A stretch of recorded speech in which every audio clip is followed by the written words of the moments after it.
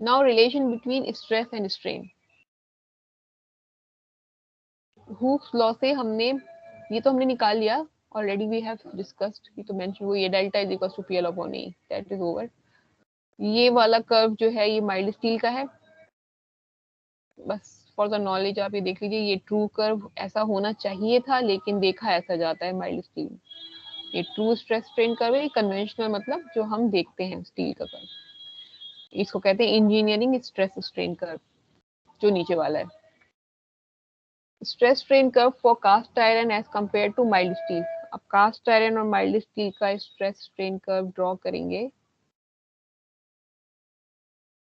तो यहाँ पर आप देखिए कि ये है कास्ट आयरन का, अगर हम देखें तो यहाँ से आपने लोड इंक्रीज करा, बस ये इतना ऊपर गया और ये ब्रेक हो गया, इसमें कोई वार्निंग नहीं होती, फौरन ही ब्रेक हो जाता है। अभी तो आप लोड बढ़ा ही रहे थे कि वो ब्रेक हो गया, लेकिन माइल्ड स्टील में यहाँ तक जाएगा, इलास्टिक लिमिट यहाँ तक होगा, उसके बाद ये यील्डिंग पॉइंट आ गए, एक अप होता है एक डाउन होके, फिर ये पूरा प्लास्टिक डिफॉर्मेशन है अल्टीमेट लोड मतलब फाइनल लोड तक। इतना आपको टाइम मिलेगा अंडरस्टैंड करने के लिए कि ये फेल होने की तरफ है, और उसके बाद ये बहुत जल्दी आता है, अल्टीमेट के बाद फौरन फ्रैक्चर आ जाता है। तो ये माइल्ड स्टील का है और ये कास्ट आयरन का है, ये टेंशन कर्व है, ये कंप्रेशन कर्व है। कंप्रेशन में स्टील इतनी अच्छी नहीं होती है, तो इन दोनों का आसपास ही है कर्व, ये रॉन्ग है, ये कास्ट आयरन के लिए, ये स्टील का है, ठीक है।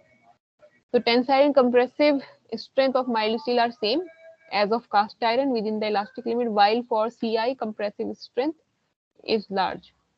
ठीक है,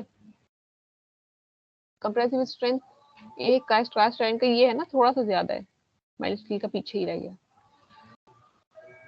okay, this is for different material, ये आप देख लीजिएगा। सबसे कम वुड के लिए होगा मॉडुलस ऑफ इलास्टिसिटी, कंक्रीट के लिए थोड़ा उससे ज्यादा होगा, फिर कास्ट आयरन का उससे ज्यादा होगा, फिर एल्यूमिनियम का उससे ज्यादा होगा, और माइल्ड स्टील का मॉडुलस ऑफ इलास्टिसिटी सबसे ज्यादा है।